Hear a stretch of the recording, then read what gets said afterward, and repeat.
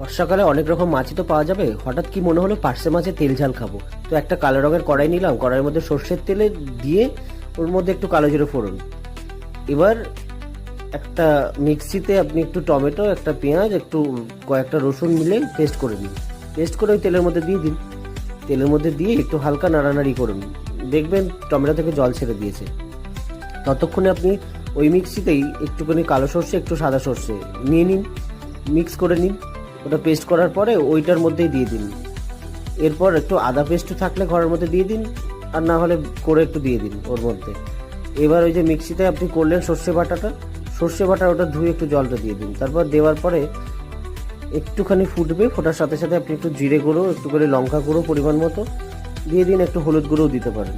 হলুদ গুঁড়ো দেওয়ার পর স্বাদ মতো নুনটা কিন্তু দিতে ভুলবেন না। এরপর হলুদ দেওয়ার পরে একটু নাড়ানাড়ি করে যখন মশলা একটু ভাজা ভাজা হয়ে যাবে, তারপরে জল দিয়ে দিন। জল দেওয়ার পরে জলটা একটু যেই ফুটে যাবে, ঝোলটা একটু ফোটা ফোটা হয়ে যাবে, তারপরে আপনি দিন মাছগুলো।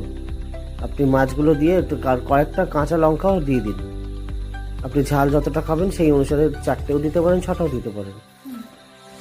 মাছগুলো দিয়ে মাছগুলো একটু ডুবিয়ে দিন ঝোলের মধ্যে। তারপর কিছুক্ষণ ফুটিয়ে নিয়ে একটু ধনেপাতা গার্নিশ করে দিন, আর স্বাদের জন্য ধনেপাতা দিতে পারেন। ব্যাস হয়ে গেল আপনার পার্শে মাছের তেল ঝাল। খুব সহজ রেসিপি, আপনারা বাড়িতে ট্রাই করুন, আর খুব ভালো লাগবে খেতে।